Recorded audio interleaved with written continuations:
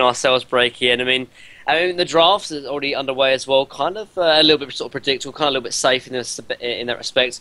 Good team fight already coming out from BMG. Tempest and Rhapsody already picked up, but Kraken, Swiftblade, and Empath on the side of Zinc actually. And I mean, you almost predict the picks coming out from Zinc and BMG because they themselves they know the draft so well and they know the game inside out practically. So I'm looking forward to it. That they do. Speaking of that, the ban's obviously happening. Parasite, Cthulhu, Magnus, Ophelia. Picks coming out to be Kraken, Tempest, Swiftblade, Rhapsody, Empath, and there's the Wretched Hag, actually, to finish things off for Bad Monkey Gaming. So, yeah, I mean, you do look at the pickups, specifically that Kraken first pick. Zinc has made a very big statement that they believe Kraken is arguably even the strongest hero in the game as far as just overall potential. So not too surprising to see them first pick that hero. It is a little surprising that with that said, to see Swiftblade made it to the second pick, and they also even got the Empath on top of that. So, I mean, I'm already looking at Zinc's lineup, and I'm like, wait, how did they get all three of those heroes? And they must be feeling pretty good already.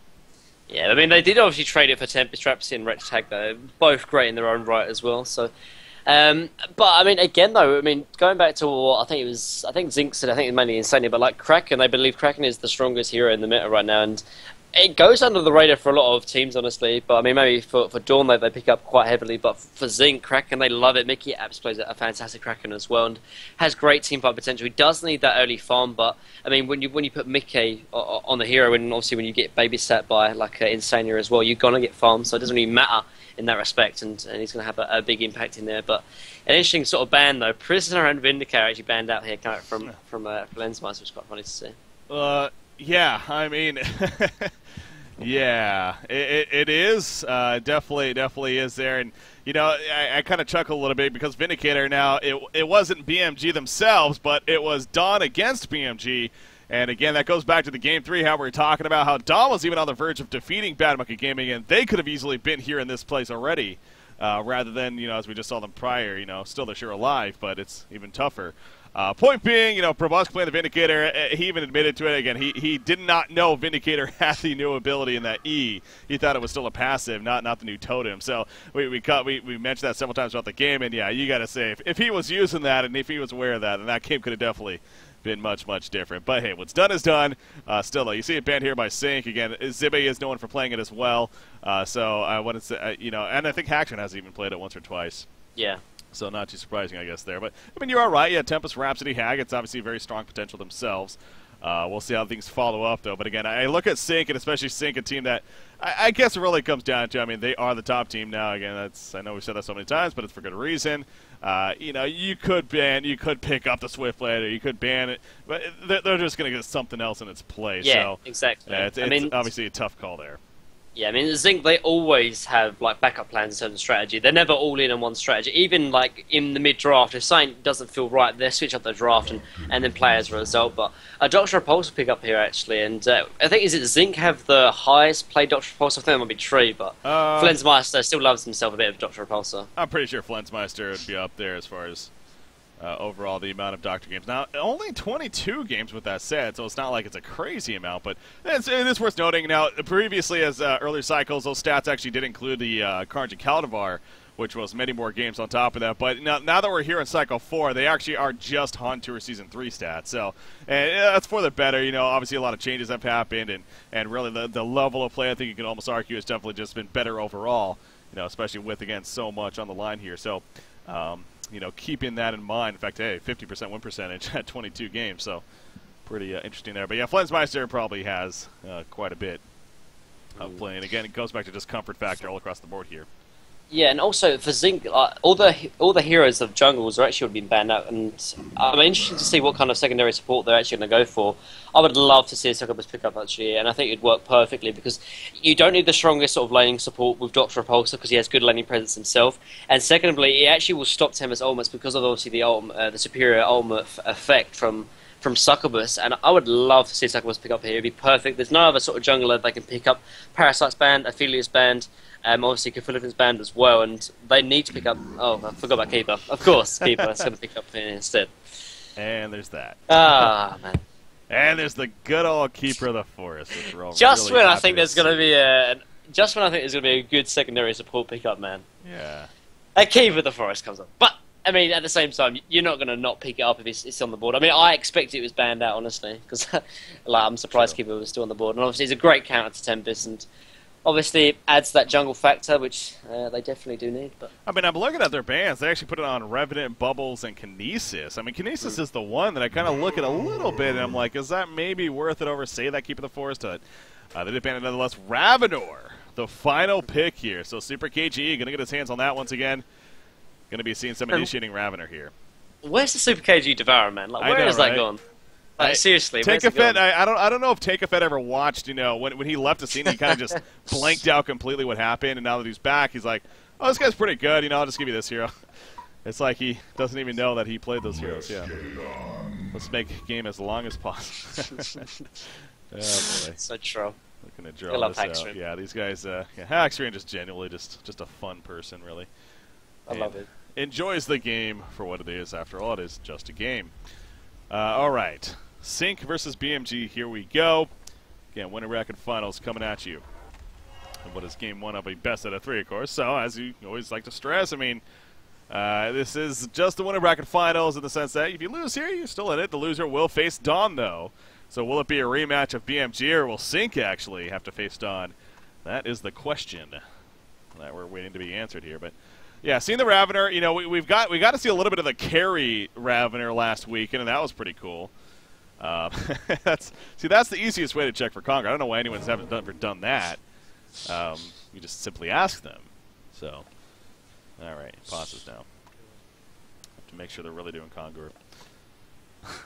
But yeah, not going to be the case here. Now, as I say that, he's heading top, and just simply scouting, though. Maybe waiting to get some information here, but I'm guessing he's going to end up middle, with Hag being top here, of course. Yeah, it'd be Ravenor Rhapsody mid versus most likely Kraken Empath, and I actually would have to give that lane over to BMG, actually. They have the better harassing support with Rhapsody over Empath, and they've got the better burst potential as well. There's a slight bit of sort of scariness and when maybe Keeper of the Forest hits level 6 because of the wall potential, but on the most part, I definitely think BMG would definitely going to take this matchup in the middle of the lane, but in terms of CS, I think, oh no, they're actually going to put Kraken down here, so who's going to go mid? Oh no, Kraken is coming over. Okay, yeah. No, it's fine. Kraken was just sitting down here for a while, but that's fine. Yeah, so I mean, the Kraken should maybe be besting Super KG in terms of farm, but expect, if there's going to be a kill middle lane, I'd expect it for BMG because of the burst potential they've got with Ravenor. So. Yeah, level 2 especially. I mean, actually, just so happened I was, kind of funny we see the Ravenor pickup, but I was doing my Z3A challenge that I brought up every now and then, and basically it's, I'm going through every hero and, playing it, starting with letter Z and all the way through A and blah, blah, blah. Anyways, I happened to be playing Ravenor the other day, and actually I ended up playing a couple of games with him. And another reason why I'm doing it, why I like that I'm doing it, is because, I actually get to learn a little bit more about heroes that, maybe wouldn't play more often. I think Ravenor was kind of one of those. And something that I really realized, honestly, with Ravenor is the idea of his ultimate and how it's interesting taking advantage of it in the sense that ideally you want to go into a team fight after you're farming a little bit. Obviously, you want the charges up as much as possible before you enter the team fight. Now, if you go with 0 charges, you're still going to be putting out plenty of damage, but it'll take a little bit of time to kind of add assist. So that's another thing to keep in mind, though, when playing against a Ravenor. You want to, maybe make sure that if he's coming off and just farming, want to make sure maybe not to get invested into a fight and let that wear off or somewhat. So found that interesting. Kind of a... No, it's definitely a good point to know, actually. But, I mean, talking of actually the middle matchup and how Ravenor and Rhapsody most likely was going to win, it looks like Zinc are actually believing it as well, because they've actually sent Empath down here to sort of try and get farm on the Doctor Pulse and harass Madman out. And I think it's the best play to make because Mickey can get farm middle lane. Actually, talking Mickey, he might be in a little bit of trouble, actually. Oh my God. One more. The uphill hit, Jeez, but it didn't actually get the kill, yeah. That was close, man. So he's out of regen currently. Yeah, he's in a little bit of an issue, actually. But yeah, I mean, the dual lane for Empath and Kraken just wouldn't be enough, actually, against Rhapsody and Ravenor, so they decided against it. And it's probably the best thing, because now they can box out Madman while giving farm on to Dr. Repulsor, so it's a safe play to make. Yeah. Yeah, make a live and laugh on the edge there. He gets a health potion, though, is going to be fine in the end, of course. as far as that's concerned. So, you know, somewhat of a very passive lineup here to start for Sync, and it's not surprising. You know, again, they got the Keeper Jungle, they got the solo mid Kraken, going to babysit the Dr. Pulsar bottom. So, you know, you look at what they're dealing with here. A little bit more of a passive start. That's where you expect BMG to kind of take advantage, as they almost did right there with especially the Ravner Rhapsody trying to make some kills happening. As I say that, though, Empath is rotating middle, and she does actually have a double damage rune on her, so I don't know if they're going to get killed with it, but that should be enough presence also to kind of make sure that to keep them off for the time being. The top rune was already picked up, actually, as Rhapsody was heading up there to maybe pick it up. But now, actually, she needs to be careful. There's a wall off. Great angle coming up from Insania. The charge as well. Charges over the cliff, though. And Rhapsody is going to live in the end. I mean, we've seen that several times happen. It's one of those cases, and I believe it was even Slapped himself actually said it in chat, you know, when people mentioned the last game, oh, get us too, blah, blah, blah. It's like, yes, it sucks, but at the same time, in the middle lane like this, you know, as a Kraken player, it's very likely going to happen, to be frank. I mean, it's going to happen, so you pretty much have to expect that at this point. Yeah, so. and I mean, and like, Mickey's no stranger to Kraken as well, so he should know like it's gonna happen. So, like, and honestly, it is preventable though, because like I know it's kind of hard to explain, but actually, bottom lane, man, oh my god, so close. But it is preventable though, because obviously, if you can't go out one way, then obviously the S2 mechanic allows you to go over or below walls, but if Kraken charges Empath and then steps back a tiny bit, which he has the ability to do so, because obviously the enemy hero is going to be stunned, so they won't be able to move in that sort of time. But if Kraken moves back slightly, then obviously there will be a gap where the enemy support can actually run out from there, and therefore there won't be an S2 mechanic to go over the ledge. So technically there is a way around it if they're actually thinking about it. But I mean, clearly they haven't. Instead of actually trying to fix it or trying to find ways around it, they've just moaned instead. But it's starting to be noticed, though, because if you step back a little bit, then it's going to most likely be a kill there, so it's a big deal. So. Well, what's done is done. Obviously, Rhapsody survives, so still no bloodlust skill just yet. See Quincy making a big statement right there as far as stats go. And now, sure, I mean, in the end, Sync, not many losses overall. In fact, how many losses does Sync have throughout 4 cycles? I'm actually curious on that, to be honest. Actually, middle lane, ball lighting just misses. It's again, I mean, the Staccato stuff was actually a little bit late right there. And actually now Rhapsody in trouble. There's the charge. And the auto attack to finish her off. So bloodlust kill coming in favor of Sync. And they're not even going to kill Empath. Oh, the dive is real. Ball lightning will finish her off. And actually Raven are going to get away. So at least they kill Empath. But bloodlust in favor of Kraken right there. That's what happens when you miss ball lightning, man. Like, you miss one spill and then that engagement goes completely the other way. Like, the ability to turn it because of one skill is missed. And honestly, I think SubKG should have actually waited for the Rhapsody stun come out from Rhapsody. I mean, the actual channel time or the sort of the speed of the ball lightning is very, very slow. So, I mean, it's quite easy to dodge it, obviously, if Mickey's on the ball, and obviously it always is. So, a little bit of a misplay on this here, and that's going to cost, obviously, support his life. So, I'm pretty sure it also actually goes in right here again, Kraken. I mean, you see the burst damage, man. That's the storm. Is he maxing out Stormblaze, by the way? Yes, he is. Yeah, I was actually going to be curious about that, but it's the right build. That's what I figured, but I was going to get a lot of debate yesterday on that, so I just want to make sure. What was I going to say, though? Oh, yeah, the ball lightning. I'm pretty sure you mentioned how it's pretty slow. I'm pretty sure it even used to be slower initially. I'm pretty sure they buffed up the speed. They buffed it. I remember it's like, oh, no, ball lightning. Oh, let me react a couple seconds here. Okay, yeah, now I can move. So you can have a cup of tea and then move still. Kind of silly. But, yeah, so now it's obviously a little faster and makes a little more sense. But, yeah, still, it's not like a Devo hook or anything like that. You can definitely dodge it easier than other abilities. It's kind of like a follow-up stun though. It's like a really bad stun on itself. That's why he's not really played too much in the sort of initiating role because of that effect. But Tempest actually rotating over here. He's level 6, but cannot find Empath in the end. And I mean, Zinc though, seeing as actually bottom lane, that's a little bit of engagement. But I mean, seeing as they haven't actually had a presence here in the middle lane too much yet. Mickey's still 370 GPM. Like I don't understand that. It's just crazy. They're 1v2, and Kraken has more farm than SubKG in this instance. And as a result, I mean, that's the reason why they're so far ahead in terms of gun experience. So. That is something. That's true. Obviously, the bloodlust kill, helping, but the fact that he even has higher creep farm really does say something. So, again, comfortable. We talk about comfort factor. You got Swiftblade being 10-0 overall in Sync's hands. He did point out, 28-4. I mean, that's really in itself very... they've only lost 4 games throughout what is now their 4th cycle here, and obviously still got more to go here, but 3.5 cycles, basically. They've only lost 4 matches in total at this point. So, yeah, not a team that's used to losing, is safe to say here, at least as of throughout Haunter Season 3. So, it's quite the challenge, as it would be for any team, and no different for Bad Monkey Gaming, but definitely giving it their best shot here, and I'm sure we'll continue to do throughout the series. Again, middle lane, Rhapsody off to the side, but Kraken is level 6 now, so is Ravner, but it's safe to say Kraken's impact a little bit more scary immediately with that level 6 because of course, the release the Kraken. But now, Ravner going to start adding up charges, hitting a little harder as time goes on. That's where obviously that kicks in. Creep farm overall, I mean, how's the top lane going? Hag is 36-5 against the Swiftblade is 35-5. I mean, it really just does not cease to impress me, man. Exactly. Oh, actually, here comes Tempest the middle lane. Yeah, he has an ultimate. He's going to use it. No, he doesn't use it. He does use it, actually, in the last second. It does catch both. Kraken will fall. Can they follow up on the empath? That's the question. Ball landing in 6 seconds.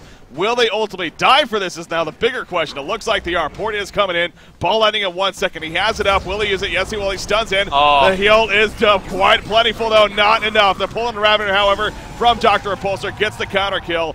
At least the one. And that should be the end of that. Tempest and Rhapsody going to start falling back now. I need to get back quickly because Kraken's going to probably come in here soon, so maybe not. But anyways, yeah, I mean, the dive was real right there. The Tempest ultimate, I thought Empath was actually going to be out of it, but no, she just barely got caught in it. Good placement from Tankafed ultimately. And just better rotation carry from Flensmeister as well. I love like the carry players that get involved earlier on because, yeah, obviously you are the carry player and you should farm, but that's a free kill there. It's just going to boost up his farm anyway. So, good play count from Flensmeister. At least punishes the dive count from Super KG. But yeah, just going back to the farm though, that like you look at the CS like. Swiftblade has the same farm actually mid lane. Here comes the engagement on Kraken again actually. Oh my god, yeah, again, you just see that burst, man. Ravener especially applying so plenty. Madman even comes in to clean it up, and now Empath. Essence Slink, you see he's trying not to break it, and finally will in the end. Swiftblade coming in now here, and so is Keeper the Forest. A little bit slower though. Keeper doesn't even have boots on him. So will he be able to get the angles? A question. Ravener, oh my god, he actually jukes. Are they going to find him? They probably will. Yeah, he cuts on through. He's like, oh, got to juke now. It ain't going to happen, though. And down he goes. So good attempt, but Super KG will fall when it's all said and done. So yeah, good find there from Zinc, and the rotation is enough.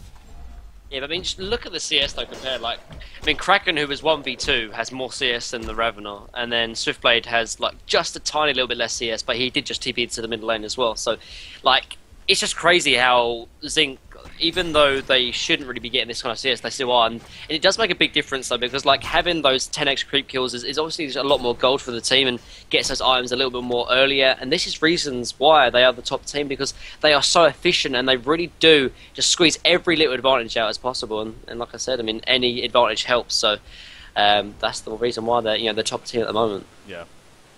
Coming up to 10-minute mark here, you see some double stack ancient is going to be happening as Insania will pull that on an empath. He is actually going to be spotted doing that, obviously, with the word side over here, so yeah, needs to be careful, but is going to be fine in the long run. But yeah, again, going back to just Swiftblade, that suicide impact now, it looks like Wretched Ag got 311 gold per minute. You know, it got a little bit more farm time. Obviously, Swiftblade was involved there in the middle lane, so opened up more perhaps for Haxtrin. And that's the good news, but still, KZ on that Swiftblade, it's the Suicide Swiftblade, 280 gold per minute. Actually going to do some Ancients, perhaps, as they are triple stack. Okay, I thought they were double stack for a second, but we'll see if he takes that. But Keeper and Doctor, they push the bottom tower, and that pretty much happens with ease. No defense put up there. How's Madman doing with that set? He's about 200 gold per minute, you know, 0-2 here, so Zibe doing as you probably would hope for a Suicide Madman would do, honestly. No, not too bad. It's not like he's dying by any means. As I say that, is he in trouble here? No, he's going to be fine. There's no Keeper of the Forest nearby. I thought Keeper might have top been lane. Yeah, going to be fine. Keeper is at the top lane. That's why he has the root. Good use right there. He caught both Rhapsody and Wretched Ag. They're going for the Rhapsody kill initially. Now, she is not level 6 yet. Tempest going to be pulled in, though. Tempest will fall. Dr. Repulsor obviously joining the party, but Ag blinks away in time. So one pick-off so far. And Rhapsody going to be out of range for another pickoff, so they are going to deny the tower. Overall, pretty good for Zinc Esports there. Such a good trade, though, and this is the reason why, like, getting the tier 1 tier 1 in short lane, middle lane, no, that should be fun, but, I mean, like, you saw Zinc, they took the tier 1 tower before BMG, and when BMG tried to rotate, you know, they had, Zinc had the ability and the heroes free and able to actually take that team fight top, and as a result, they get a couple of kills, and they deny the tower, and again, it's just trade after trade, Zinc coming out ahead time after time. You see Ravener back to the middle lane here. He's working on that portal key. 1,000 gold saved up onto him, so coming out, but still needs a bit more time. With that said, Swift played in the meantime over to those triple stack ancients, getting a little bit of assistance here. Not keeping the force in this case, a kind of Sharon perhaps, but working on the earlier Energizer. You know, eventually going for there. Really typical, you know, the Abyssal Skull, the Firebrand and whatnot. I'm sure we'll see that progress. So again, playing the Suicide Swift play, that's really the biggest thing that you constantly got to think back to as far as his progress in this game. I mean, hell, he's 4th on his team at 320 gold per minute. Obviously, you got Keeper, Kraken, and especially Doctor, who happen to be even further, who happen to be ahead of him as far as the GPM is concerned. So, I mean, to be fair, BMG not too far behind. You got Ravener, Tempest, and Wretched Hag all above 300 gold per minute themselves. So, there is a lot of gold kind of just going around in general here in what is game number 1 of our series, of course. And we are going to see, again, the impactful item in the portal key coming out shortly by Ravener. We'll see what UC is going to be able to make of that, because that's going to be the big one. Kraken also getting a portal key will be another impactful early item here. So no matter when that happens and how they make it work. Tempest, he's got the Astrolabe, Ring of Sorcery, so he's got his combo. I mean, again, you're dealing with the Keeper of the Forest. You have a release of Kraken. You have multiple ways, a really strong way, especially in that Keeper of the Forest route. Is Shrunken Head still worth it? You think that's actually all that thought? Yeah, middle lane, jump on a Rhapsody right now. Team support kind of nearby, but not really the best angle. Ball Lightning goes out. It doesn't connect. They are going to get support for support, though, an eye for an eye. Coming out here for BMG. Tempest. No, he's going to be locked out completely. Can't get the ultimate. He gets it off, but it's stopped immediately right there. No, he didn't actually cast it in the end. He was going for the animation, but didn't actually work. Now, he bites back, by the way. Yep. But they can't stun them in place to keep them there. Sync very quick with that. Yep, and, no portal key on Ravener. Yeah, so. And again, I just think, yeah, they're so quick to disengage as well. Like, just every little thing. But again, like, not to call that super KG, but another ball lightning missed. And if you're missing your skill shots, if you're missing your spells, then that teamfight potential is just completely reduced, because, you know, that's just one less spell in terms of the teamfight. BMG are going to try and take a T1 tower top, and the stun does hit this time. Yep, Doctor gets caught. Can they have the follow-up? Yes, they do. The Tempest ultimate this time is going to be a full duration coming out. This time it actually is casted. Swiftblade. He was spinning throughout it, though, so he mitigates plenty of damage initially. Will it be enough in the long run, though? Swiftblade on the run. He has Ghost Marchers active. Kraken up to the side as well. Madman still chasing. Ball Lightning connects, and down goes Keizu. And BMG winning a really big fight right here to even it out once again. In fact, they're still going for more. Madman level 10, by the way, and now he's diving Empath a little bit. This might come at a cost, though. He is in trouble. Astrolabe heal already used. Yep, Madman will fall. So the dive a little too much there, and at least Sync gets a little present at the end. So it's one of those cases, you know, be happy with what you got. Don't reach for too much. And they stuck their hand all the way in the cookie jar. They wanted 3 cookies instead of just the 2 they got. And unfortunately, that 3rd cookie, they got caught in time. So I don't know where I was going with that. Ravener gets caught here. Speaking of that, is he actually going to get away, though? Ball Lightning. He stunts in, goes the other way. Try to juke and jive right here. Empath chasing, though, and there's the final auto attack to finish him off. And another kill happening. Dr. Pulsar, though, a lot of return. Bat blast in the face. Locked in Staccato stuns. The dot damage can Keeper deny him. No, he can. Yes, he does. Slap denies him just in time. Rhapsody falling back. And now Wretched Hag as well, also in a dangerous spot. So when BMG was looking like they got a great fight, it all started with Zimmy just overextending a little bit. Wanted too much, and now it's backfiring. Now it's still going with that said. Empath goes down. This fight is lasting forever, man. Wretched Hag on the run. Swift Slashes, are they going to be coming up soon? Yes, they are in 5 seconds. There's the root, actually. And now Madman's locked down. He can't get away once again. He does fall. And finally, blinks away does Wretched Hag. There's a Torrent. I think it's finally over here, Mini Maggot. Wow. Just about, but yeah, like BMG, they're really underestimating like what they can really get out. Like, they won the team fight there, they took the tier 1 tower, but then they started trying to push things onto tier 2, and like it's only 15 minutes in the game that the respawn times for Zinc are so low, and after they've popped their big ultimate cooldowns and they're sort of half HP, half mana, they can't take a team fight, and yet they're sort of, you know, around as if they can. And like you said, Zibby sort of overextended, got picked off, and Zinc, I mean, like, unless you're 100%, Ravener just missed the end after there, but like I said, like you have to be 100% ready to take a team fight, because otherwise Zinc will punish you, and as they did there, like they don't have any kind of sustainability or sort of regen items to really take the second team fight after they just took a big engagement. They've got the Astrolabe and the Ring of Sorcery, but it's not enough, like, to really take a team fight and then try and take another one just 5-10 seconds later. Yeah. Man, oh man, they gotta be feeling it. It's like talk about the wave of emotion, man.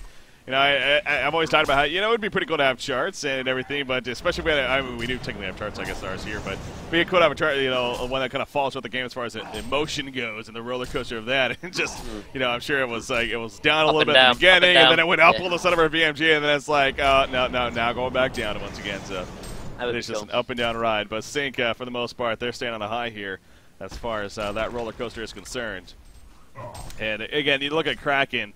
He's had an up and down roller coaster ride himself somewhat, but now is definitely a high. It's 416 gold per minute coming out. He's 1,000 gold saved out the portal key. You talked about also Ravener. He actually went for a jump on an empath, missed it.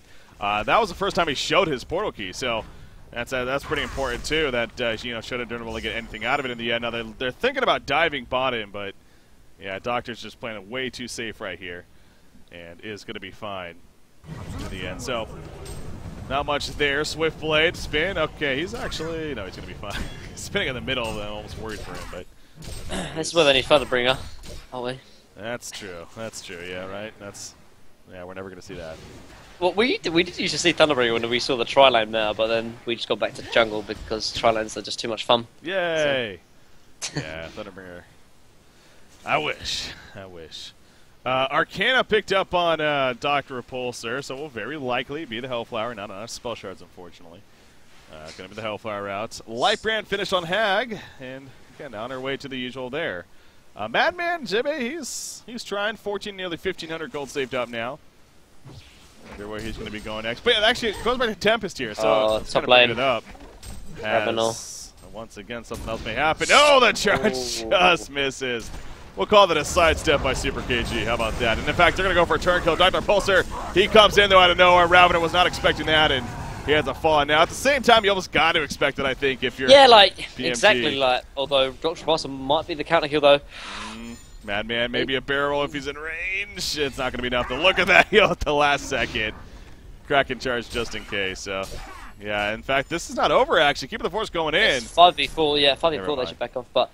Yeah, like you said, like, Kraken's not going to try and kill a 1,000 HP Ravener, like, from full to nothing. Like, he's going to have backup, and yeah, okay, obviously Hag was there, but at the same time, obviously, like, it's not going to be like an empath supporting the Kraken. It's going to be one of the cores, either Swiftblade or Dr. Repulsor, and seeing as, you know, Ravener, I mean, the team fight for Zinc is a lot stronger. You've got level 14 Kraken compared to a level 10 Ravener, like, you've got to expect that kind of, and if you don't, you know, Zinc will take you by surprise. Yeah. Zinc, 1380 hero kill lead, 5,000 gold lead, 7,500 experience lead. So the momentum has definitely started to really go here for Zinc. But again, I mean, I keep looking back at this GPM chart, and sure, it's in favor of Zinc and really across the board, but it's not like BMG is too far behind overall. And that does start with Tempest, which once again, all right, let's get into it now. Again, Shrunken Head, Portal Key.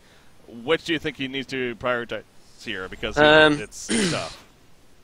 Yeah, it's really tough. Like, I think it has to be the Portal Key because Shrunken Head, he can get stopped by Kraken and Keeper. Like, if he gets Portal Key, then he has an opportunity to get both of those. With Shrunken Head, yeah, he might be able to, but be a lot less chance. And even if he does get Shrunken Head, he can still get stopped in that respect. So, and if he picks up Shrunken Head, like anything outside of like Doctor Repulsor, then it's not going to offer too much. And I think it's always best to have the Portal Key because not even in the team fights, even just for chasing and ganking, is still very, very useful. So in this case, I think it's got to be Portal Key. Yeah. I think he'll pick up Shrunken Head just in case, but a bit after the Portal Key is my respects. All right, well, we'll see what that ultimately determines to be. Again, 2,000 gold saved up, so going to get some information here shortly as far as what he actually is going to go for.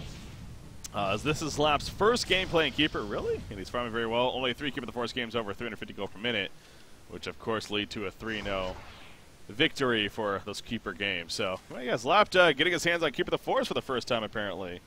I can't say I would have called that but at the same time, plays plenty of Parasite and Tempest. And Ophelia for that matter. Bottom lane, Mickey does pick off Haxer, that's not the... That's the hero you really don't want to be dying here.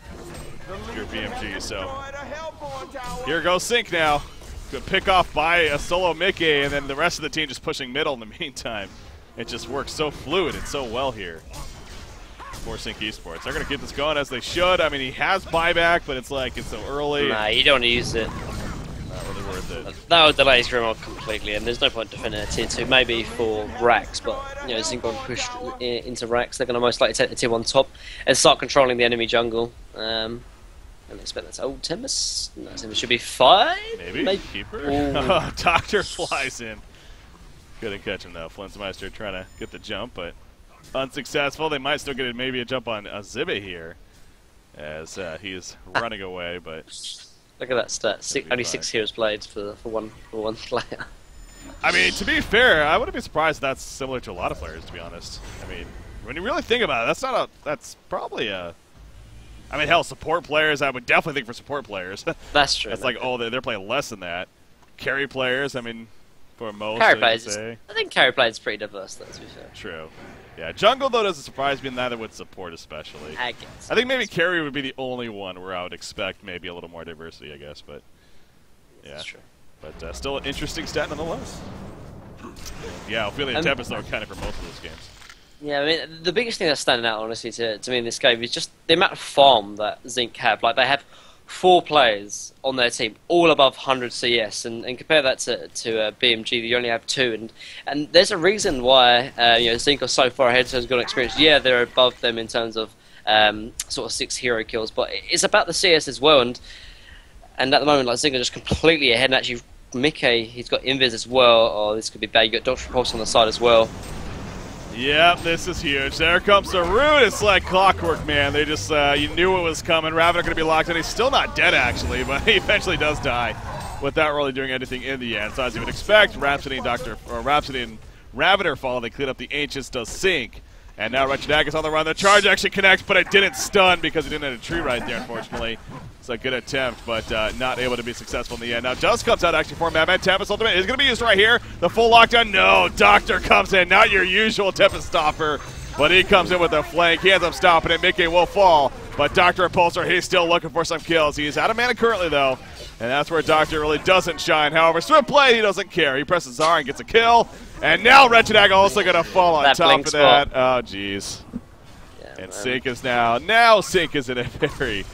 Yeah, I mean, spot if they weren't already. When you play, like, they had a mirror matchup, but Zinc just honestly played a little bit better. They had the core items a little bit earlier, and then from that they took a bigger advantage, and then they got more golden experience. And when you're playing a mirror matchup, it's all about who has the highest golden experience lead, and there's the reason, and there's the GG. The rage quits are real. Now, obviously, throw it in the towel there, and understandably so. I mean, sure, their base isn't even really being broken into yet, but why even just progress on a game like that, especially in a game 1? What's done is done. BMG is like, let's move on to game 2. Clearly, that plan did not work out as expected. But I mean, the start was something. It doesn't it. I mean, I love Zibby and everything, but it does go back to that middle lane where he dove a little too much, and that kind of started everything for Sink there. It seemed like coming back. So, any final thoughts on game 1 there? I mean, Mickey, man, he just played so sick. Like, he was 1v2. He had higher GPM than Ravener throughout the whole game. He was involved in more kills than Super KGE, and obviously he had the higher CS as well. Like, to me, that's just outstanding playing card from Mickey. Had the highest GPM on his team as well. Like, 1v2, like, it's just ridiculous, man. It's pretty crazy to think about, yeah. It did start that way, and, you know, sure, progressed into a 2v2, but, yeah, the fact that it started that way and he still was successful as he was, pretty damn impressive. So, Slapped throwing Keeper the Force on his resume and doing just fine too. 4-0-6, 386 goal per minute. He had a couple solid roots there. So yeah, again, across the board, Sync Esports pretty good. And like this, again, though, I know it's like so tough. I know I might be sitting here making it seem so easy, but they got Kraken, Swiftblade, and Empath to start off. I mean, their first 3 picks. I know they're going to get some heroes that they're just going to be powerful with no matter what, but, man, it's... Stay green factor tough. All over again, man. It really is. It really is. You ban the couple that you can, or you take the couple that you can, they're just like, all right, well, here's the next tier. At the same time, though, like, in terms of the competitive scene, like, due to, like, balance, there's only kind of, like, a select sort of few heroes that are in the pool, so... If you ban one, then obviously there's going to be other heroes that are going to be useful, and without any other kind of other heroes that can be useful.